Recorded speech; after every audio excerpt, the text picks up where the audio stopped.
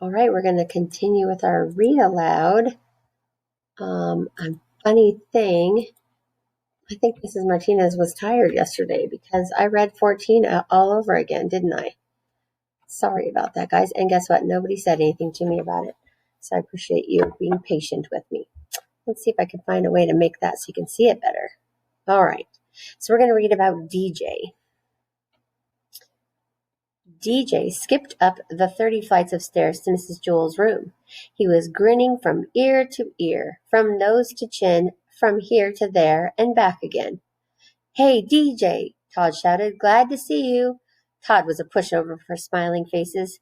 Mrs. Jewell heard him. She began to write Todd's name on the board under discipline, but when she saw DJ's smile, she put down the chalk. "Good morning, DJ," she said. What are you so happy about?" DJ grinned and shrugged his shoulders. Mrs. Jewell smiled. Damien looked at the smile on Mrs. Jewell's face, then at Todd's, and finally at DJ's. Then Damien smiled too. His smile was almost as big as DJ's. They were best friends. Once they saw the two of them smiling, the rest of the class couldn't help but smile. Rondi had a very cute one due to her two missing front teeth. Nobody had an ugly smile. Jason came to school late. He was very upset, but the first thing he saw was Damien's smile, and he felt a little bit better. When he saw Rondi's toothless grin, and he began to smile a little himself. But when he saw the piano on DJ's face, he fell laughing onto the floor. Everybody started to laugh, even Kathy, and she hardly ever laughed except when someone hurt himself. The whole room seemed to be laughing, not just the people in it. The blackboard chuckled, the ceiling snickered, the desks were jumping up and down, and the chairs were slapping one another on the back. The floor was very ticklish. It laughed until the walls turned purple. The waste paper basket started to sing, and all the pencils stood up and danced. Finally, things began to settle down. Mrs. Jewell wiped her eyes and said, "DJ, why don't you tell the class why you are so happy? At least let us know what we are laughing about." But DJ just kept on smiling. "Aw, come on, DJ," said Dee Dee. "Tell us." DJ didn't say a word. He couldn't. His mouth was stretched out of shape. "Let us guess," said Ron. "If we guess right, will you tell us?" DJ nodded his head. His smile began to hurt his ears. Everyone took one guess. "Have you been swimming?" "Is it your birthday?" "Are you in love?" "Did you get a green ball?" Nobody guessed right. At recess, DJ was still smiling. Louie, the yard teacher, called, "Hey, DJ, come here." They walked to the far corner of the playground where they were alone. "What's up, DJ?" Louie asked. DJ just smiled. "Come on, DJ, you could tell me. Why are you so happy?" DJ looked up at him. He said, "You need a reason to be sad. You don't need a reason to be happy." Chapter 17, John. John had light brown hair and a round head. He was Joe's best friend. John was one of the smartest boys in Mrs. Jewell's class, but he had one problem. He could only read words written upside down. Nobody ever wrote anything upside down, but it was only a little problem. John was still in the high reading group. He just turned his book upside down. It was easier for John to turn his book upside down than to learn to read correctly, but the easiest way isn't always the best way. Mrs. Jewell said, "John, you can't go on reading like this. You can't spend the rest of your life turning your books upside down." "Why not?" asked John. "Because I said so," said Mrs. Jewell. "Besides, what happens when I write something on the blackboard? You can't turn the blackboard upside down." "No, I guess you're right," said John. "I know I'm right," said Mrs. Jewell. "You're going to have to learn to stand on your head." John couldn't stand on his head. He had given up trying. You would have too if you had fallen over as many times as he had. Joe was John's best friend. He could stand on John's head. Every time John fell over, Joe stood on his head. After all, what are best friends for? "My head is too round, Mrs. Jewell. I can't stand on it," said John. "Of course you can, John," said Mrs. Jewell. "If Joe can stand on your head, so can you." "It's easy, John," said Joe. "I can't," John repeated. "I always fall over." "Nonsense," said Mrs. Jewell. "All you have to do is find your center of balance. Now up you go." John put his round head on the floor and swung his legs up. He fell right over. Then Joe stood on John's head. "See, John, it's easy, nothing to it," Joe said. We'll help you, John, said Mrs. Jules. Joe, get off John's head and get me the pillow from under my desk. I wonder why she has a pillow under her desk. Nancy, Calvin, come here and give us a hand. Mrs. Jewell took the pillow from Joe and set it on the floor. All right, John, we'll surround you, she said. We won't let you fall. John put his head on the pillow and swung his legs up. He started to fall one way, but Nancy pushed him back up. Then he started to fall another way, but Calvin, straightened him out. John kept falling a little bit this way and that way until at last he found his center of balance. Uh-oh, we have to turn our book upside down so we can read it. Hey, look at me, said John. I'm up, I'm really up, I'm standing on my head.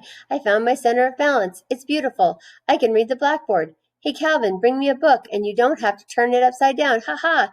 Hey, who? Ah! Bam. Oopsie.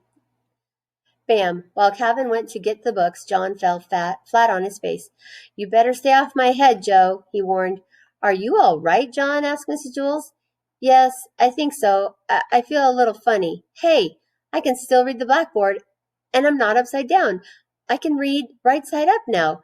When I fell, I must have flipped my brain or something. That is wonderful, John, said Mrs. Jules. Here, put the pillow back under my desk. As a reward, you may have a Tootsie Roll Pop. They are in the coffee can on top of my desk. John placed the pillow on top of her desk. Then he looked under the desk, but he couldn't find the Tootsie Roll Pops anywhere. Chapter 17, Leslie. Leslie had 5 fingers on each hand and 5 toes on each foot.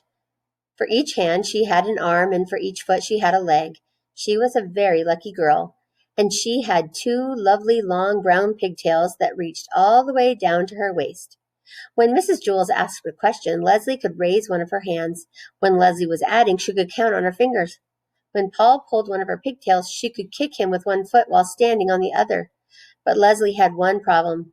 She didn't know what to do with her toes. She had 10 adorable little toes and nothing to do with them.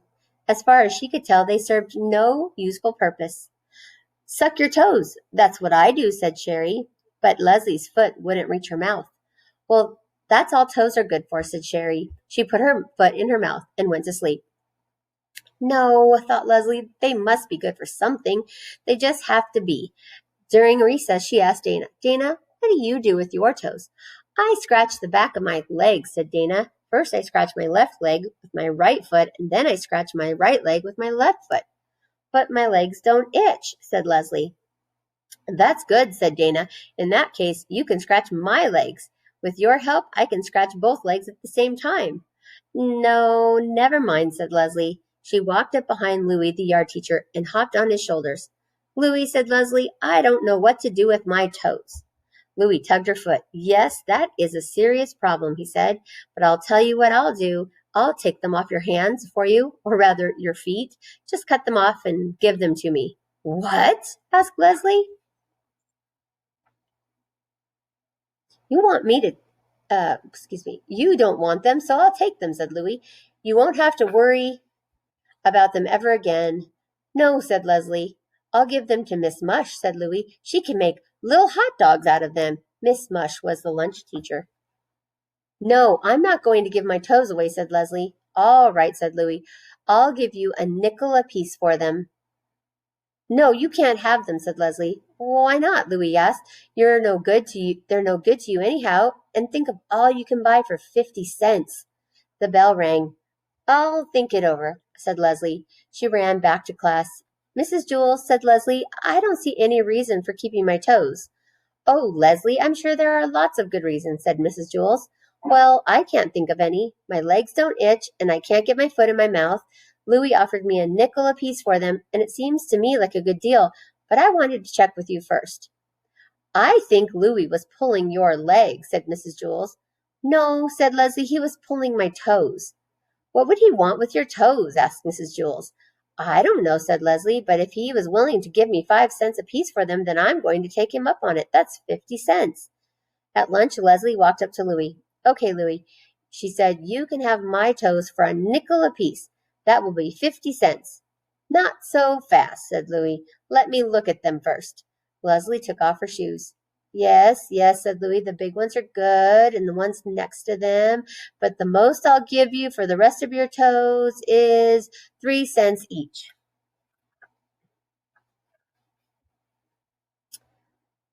Leslie was furious. 3 cents each? You told me 5 at recess. I'll give you 5 cents for the big ones, but just look at that scrawny little runt of a toe on the end. There, you're lucky to be getting even 3 cents for it. I think you're getting a darn good deal. I happen to like that toe, said Leslie. Fine then, said Louis. Keep it. I'll just take the 2 big toes and we'll call it square. He reached in his pocket and pulled out a dime. Nothing doing, said Leslie. These toes are sold as a set. It's either all 10 for 50 cents or no deal. What am I going to do with just 8 toes? Then forget it, said Louis. I'm not going to give you a nickel for those scrawny little end toes. Fine, said Leslie. No deal. My toes will still be here if you change your mind. She turned and walked toward the hopscotch area. Wait a second, Louis called. I'll give you $1 each for your pigtails. Leslie turned around and looked at him with fiery eyes. Cut my hair? She exclaimed. Are you crazy? She was going to cut her toes off, but cutting hair is crazy. And we'll stop here at chapter 19, Miss Zarves.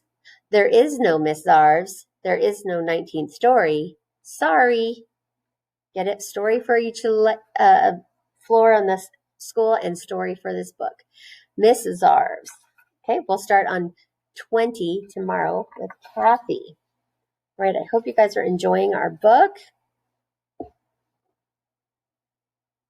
If you want to, you can give me some comments on what you think is the most fun about our book, what you're enjoying the most about our book. I know that at least one of you has heard this story before, so let me know if you have a favorite part. I think it's a lot of silliness. All right, guys. Well, enjoy your day. Enjoy our stories and work hard and give me your questions if you have any.